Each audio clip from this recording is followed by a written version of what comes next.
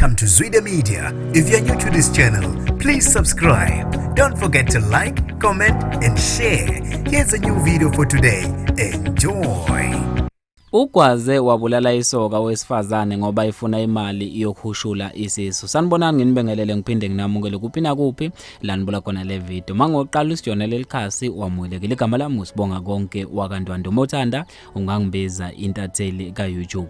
Kuphuma isidumbu endaweni yasengoqokaze eNanda eThekwini ngenxa yombango wemali yokukhipha isisu owesifazane ogcine egwaza ebulala isoka lakhe ngoba lingafuni ukumnika le mali yokukhipha isisu. Bashaqekile umndeni walo wesilisa ogama lakhe kunguthabani Mfekayo obeneminyaka engu27 okube ukuthi ugwazwe inxebe elilodwa emhlanje ngumsolwa ongadalulwanga ngaphambi kokuba aze avele enkantolo onezinyanga ezinhlanu ezithele ingane kaMufi. Umfowabo kaMufi umnumzane Thobani Mnyeni uthi umfowabo ubulawa nje ubeseke wambikela ukuthi izinto kazihambe kahle phakathi kwakhe nentombi yakhe. Imtshelile ukuthi ifuna imali yokukhipha isisu kayidinga ingane ngenxa yokuthi isafunda isikole. Uthi wamtshela nokuthi umsolo gwevile endlini yakhe aqashe kuyona akafuna ukugoduka yize bengazwani wathi uyanqena ukubuyela endlini yakhe ngoba uyazi bazofika bexabana. Uthi sithola ukuthi ngomsombuluko ekseni kusuka ingxabano phakathi kwabo ngenxa yayo indaba yokukhipha isisu kwaze kwagcina ngokuthi intombazane ithathe umese yakwaza umfowethu emhlanje. Iqede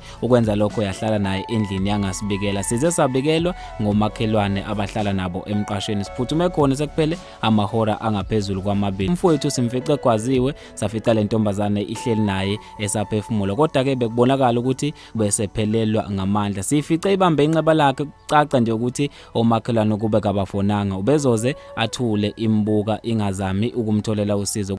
Sibe sesimthatha umfowethu semphuthumisa emtholampilo nalapho afike acimela khona. Ibe isisala yaklina yonke into endlini yawasha ingubo yawasha izimpahla ngoba izama ukucima ubufakazi. Maqede yaphuthuma epolice station yayo ubhala istatement esingamanga. Ithe umfowethu imgwaze ngoba ubehlukumeza bizama nayo ukuzivikela okuyinto ke engamampungu. Okhulumela amaphoyisa kwaZulu Natal uColonel Thembeka Mpele uthe umsolo uzinikele emaphoyiseni ufike eseqhutshwa ngunini. Uthi kulindele ukuba ke avele enkantolo maduze. Bafethu mina njengentatheli ka YouTube sengiyaphela khona la ngizothanda ukuzwa ukuphawula kwakho ngaso lesenzo sikaMsolo. Kube ke ngabe into eright yini ukuthi uze wakhipha umphefumulo ngenxa yokuthi ubefuna imali yokukhipha isisu. Mina ke awungibambe evidweni elandelayo ngaso isikhathi esifanayo.